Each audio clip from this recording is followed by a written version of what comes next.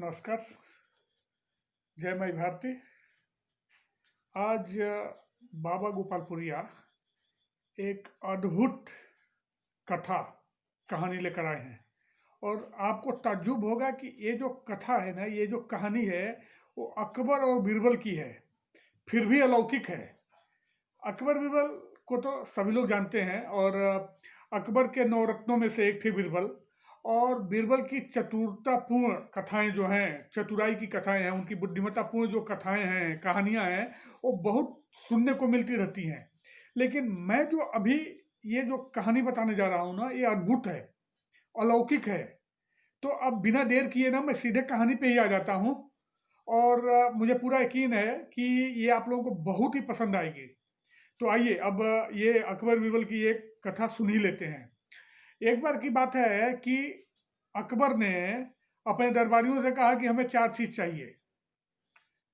तो कौन कौन सी 4 चीज? एक अभी का, एक तभी का, एक न अभी का न तभी का, और एक अभी का भी और तभी का भी।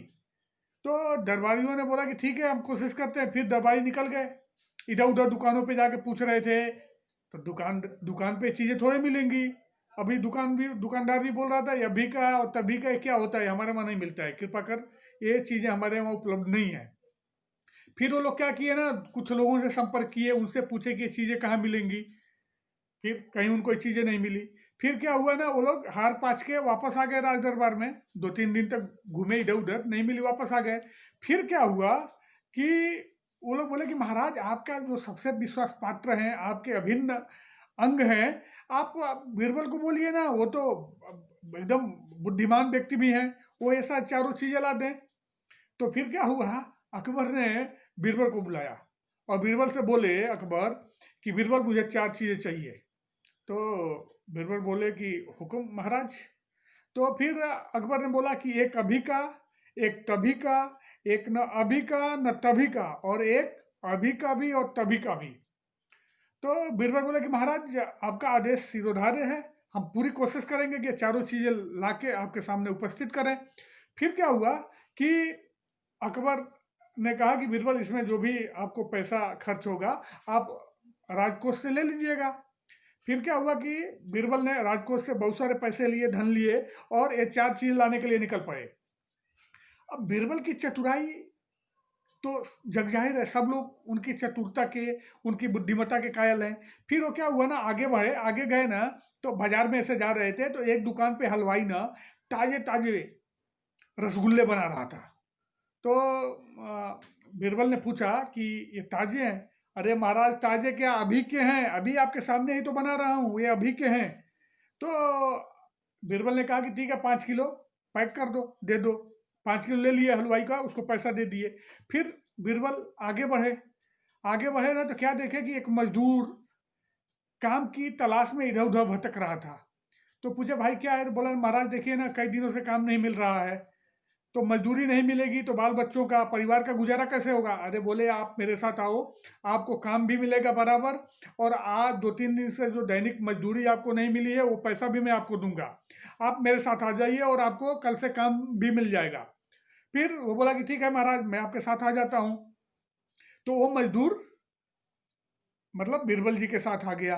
अब देखिए, जब बीरबल जी आगे बढ़े तो क्या देखे ना, कुछ दूर बाजार के बाहर ना एक बहुत बड़ा विशाल मंदिर है, और मंदिर के प्रांगण में बहुत मतलब यज्ञ प्रयोजन हो रहे हैं। एक सेठ है, वो बहुत दान पुण्य कर रहा है, वो अपने माँ के हाथों से गरीबों को कपड़े, वस्त्र, पैसे, अन्न, मतलब अन्नदान, ये सारी चीजें दान करवा रहा है।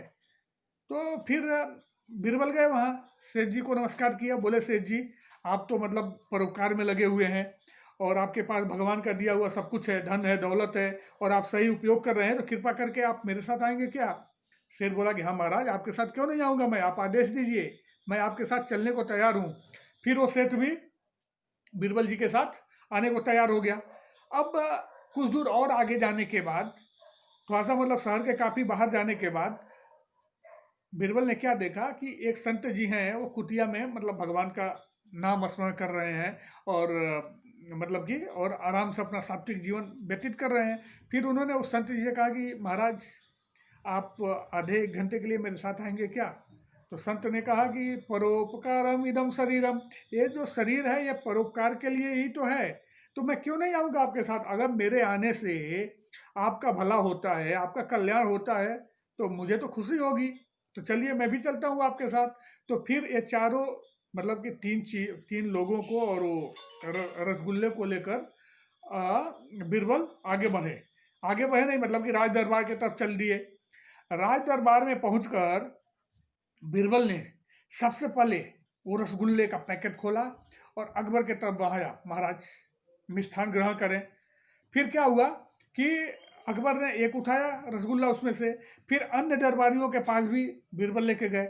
सब लोग खा के, एकदम ताजा था ना, खा के बोले वाह वाह ये तो अभी का है। तो अकबर से बीरबल ने कहा, महाराज ये रही आपकी पहली चीज, ये अभी का है। सब लोग वाह वाह का उठे, हाँ बोले बिल्कुल ये अभी का है।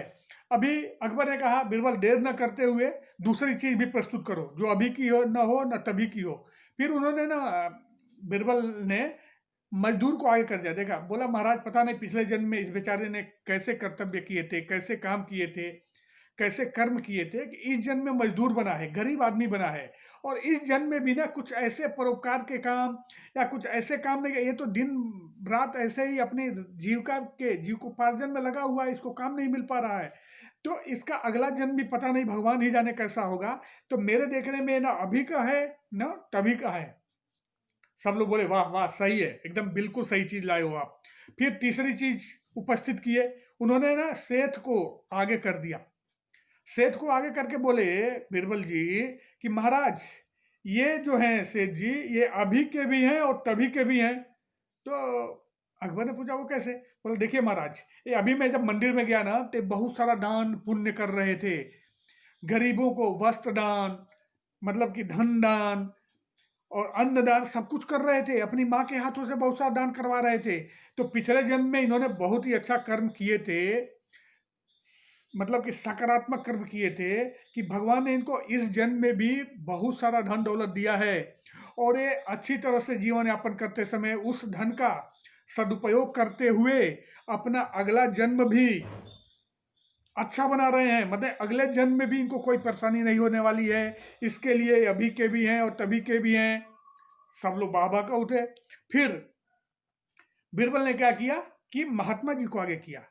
महात्मा जी को आगे करके बोले अकबर जी से कि अकबर महाराज सुनिए, ये जो है ना, ये महात्मा जी से मेरी थोड़ी बहुत बात हुई है। ये महात्मा जी मतलब कि थोड़े ऐसे गरीब परिवार में पैदा हुए, पता नहीं कुछ पारिवारिक उलझने थी, बाद में क्या हुआ कि इनको वैराग्य हो गया और ये अभी संत बन गए हैं, और संत बन करके ये अपना जो जीवन है ना भगवत भजन में और मतलब कि समाज सेवा में, जन सेवा में लगा रहे हैं। तो ये जन्म तो इनका उतना अच्छा नहीं हो पाया था, लेकिन अगला जन्म में इनका पक्का बहुत ही अच्छा होने वाला है, तो ये तभी के हैं। तो इस प्रकार चार चीजें बीरबल ने अकबर के सामने रखी थी। एक अभी का यानी वो रसगुल्ला, एक तभी का यानी वो मतलब कि सन्यासी महोदय संत जी, और एक ना अभी का ना तभी के रूप में मजदूर को हाजिर किया था, और एक अभी के भी और तभी के भी के रूप में वो धनवान सेठ को हाजिर किए थे। ये चारों चीजें का जो वर्णन सुन के केवल अकबर ही नहीं, पूरा राज दरबार वाह वाह का उठा, और फिर से एक बार बीरबल की बुद्धिमत्ता पूर्ण हो गई थी, चरितार्थ हो गई थी। तो फिर से मैं बोलूँगा शुभ रात्रि, और अगले वीडियो में एक ऐसे ही रोचक कथा या बात विचार लेकर हाजिर होऊंगा। तब तक के लिए नमस्कार, मिलते हैं अगले वीडियो में।